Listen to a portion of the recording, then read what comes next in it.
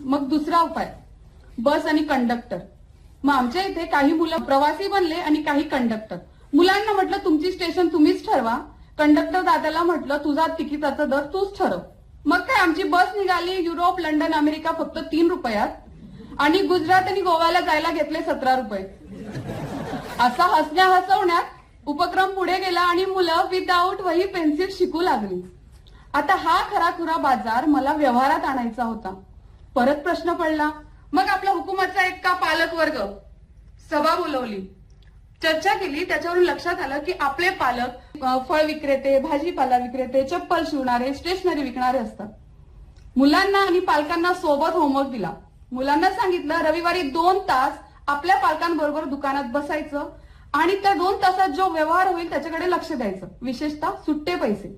आणि पालकांना होमवर्क होता, मध्येच मुलांना विचारायचं, ए छोटू कितना